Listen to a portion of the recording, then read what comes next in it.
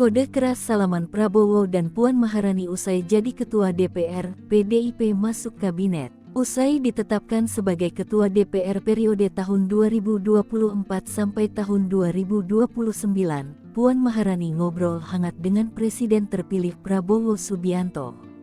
Momen hangat itu terekam di Kompleks Parlemen, Senayan, Jakarta, Selasa 10/9. Diketahui, awalnya, Prabowo menemani Presiden Joko Widodo meninggalkan gedung pukul 12.17 waktu Indonesia Barat. Saat bersamaan Puan juga keluar dari gedung kura-kura.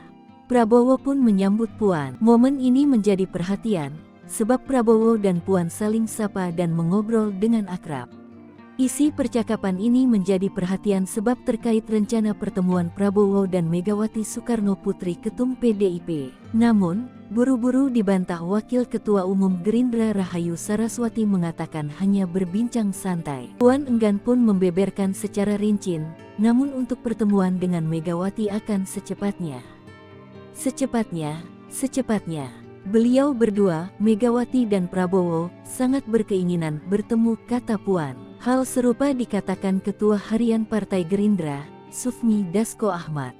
Sudah ada jalinan komunikasi mengenai wacana pertemuan Prabowo-Megawati. Sekarang, kata Dasko, pertemuan Prabowo dengan Megawati tinggal menunggu kecocokan waktu.